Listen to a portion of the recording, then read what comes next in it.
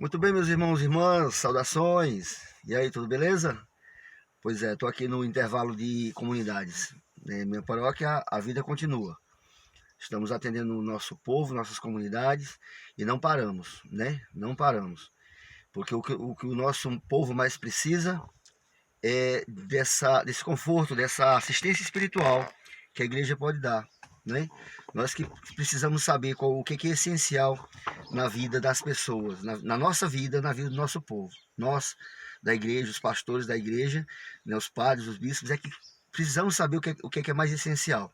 E precisamos olhar aquilo que transcende a vida, né, que vai além da vida no mundo, além da vida neste mundo, né?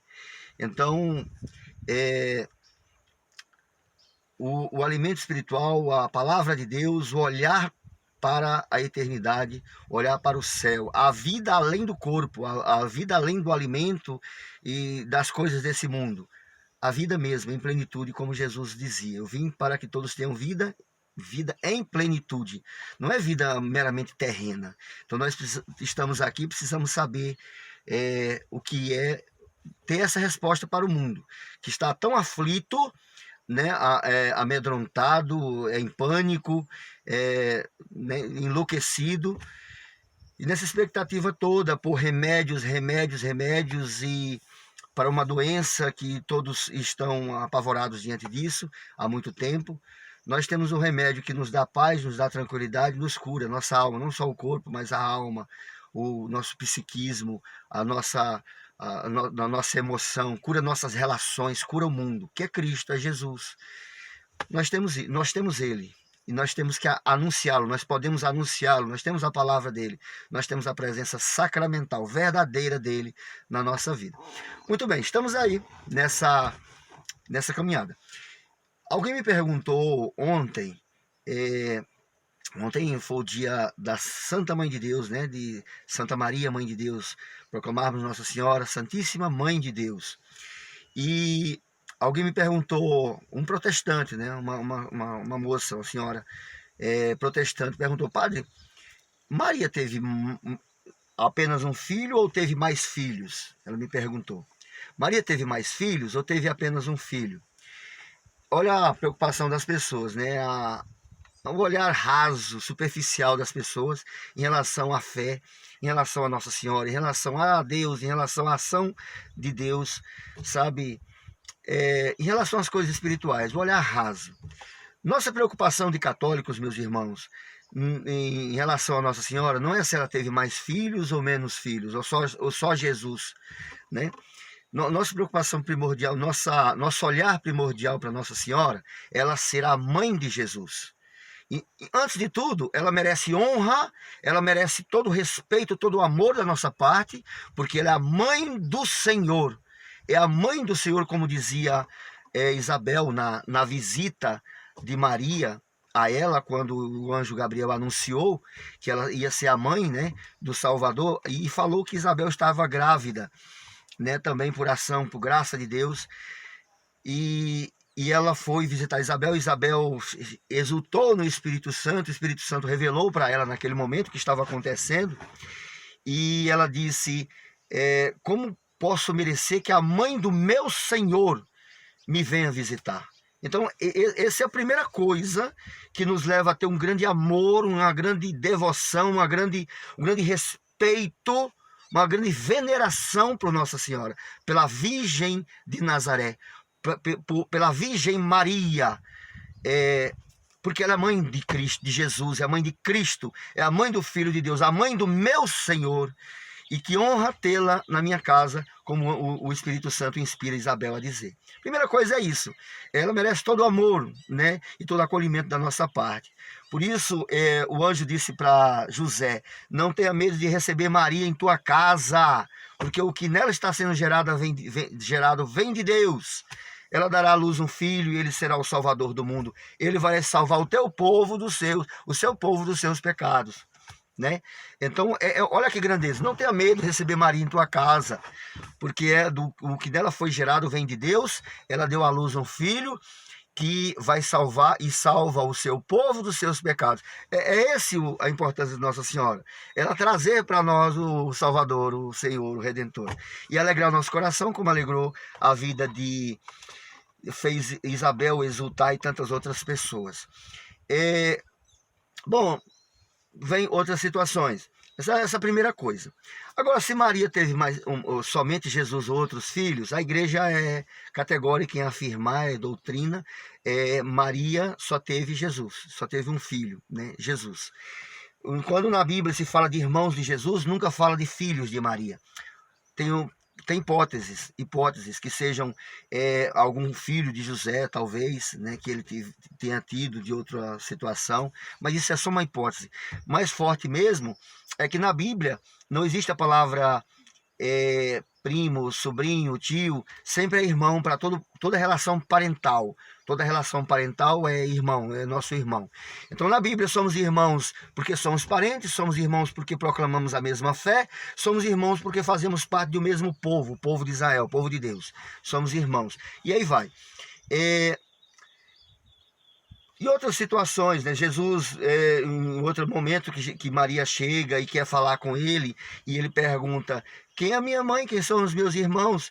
E aí ele diz que em outras palavras, o que é que Jesus diz naquele momento? Que Maria se tornou mãe dele, antes de tudo, não por uma maternidade biológica. Sim, isso é claro, o sangue que corre nas veias de Jesus, ele recebeu de Maria. O Espírito Santo, Deus é Espírito, então ele colheu de Maria a humanidade, a carne, o sangue derramado na cruz, que Jesus derramou, o sangue divino dele, ele recebeu de Maria, né? Eu não estou dizendo com isso que é o sangue de Maria que nos salva, não confunda as coisas, né? Jesus tinha seu próprio corpo, seu próprio sangue, mas que recebeu tudo de Maria, da Virgem Maria. Então a humanidade toda de Jesus era de Maria, verdadeiro homem, verdadeiro Deus, 100% homem, 100% Deus, sem divisão. As duas naturezas, né? As duas naturezas juntas, unidas hipostaticamente, né? União hipostática das duas naturezas, humana e divina, tornando Cristo um só. Jesus é um só, como diz São Paulo, é um só Cristo, um só Jesus, plenamente humano, plenamente divino.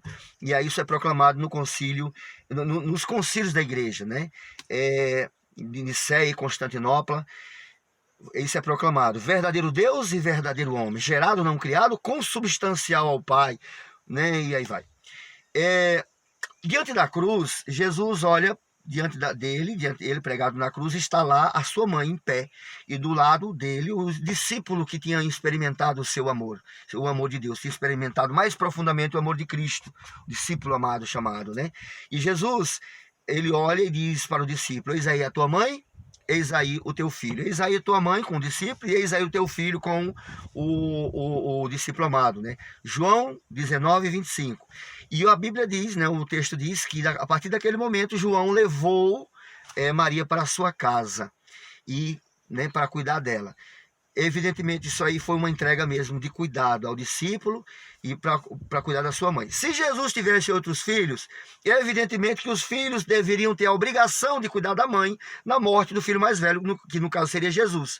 Mas não tinha outros filhos, ela não tinha outros filhos, Jesus não tinha outros irmãos de sangue com Maria, e que teriam a obrigação de cuidar da mãe, né, com a morte de São José, que morreu, Jesus tinha uns 12 anos, e depois com a morte do próprio Jesus, a mãe ficou sozinha, né? Teria ficado só, e ficou sozinha. Então, diante disso, quem ficou encarregado de cuidar da mãe?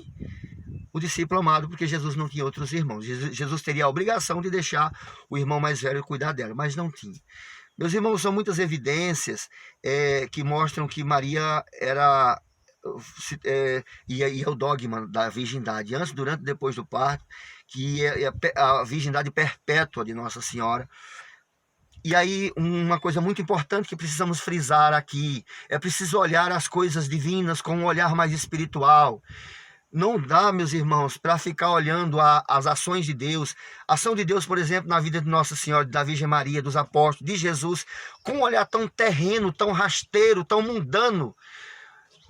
Precisamos olhar as coisas de Deus com uma perspectiva mais transcendente, com um olhar mais espiritual, mais transcendente. O que aconteceu com Nossa Senhora não é algo humano, é vontade de Deus, é ação de Deus.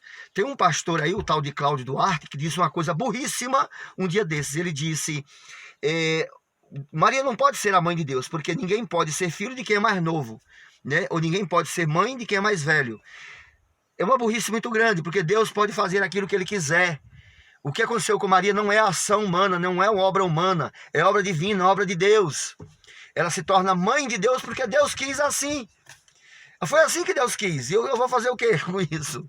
Deus quis, e isso é algo maravilhoso, transcendente, acima do pensamento humano, espiritual, profundo demais, que está fora da perspectiva meramente rasa e rasteira do ser humano olhar e analisar as coisas. Então, meu irmão, minha irmã, reze e procure olhar as coisas de Deus de uma forma mais espiritual. Ave Maria, Santa Maria, Mãe de Deus, rogai por nós, pecadores, agora e na hora de nossa morte. Amém. Mãe de Deus e nossa mãe. Amém. Em nome do Pai, do Filho e do Espírito Santo, abençoado seja você, tua vida nesse ano 2021. Amém.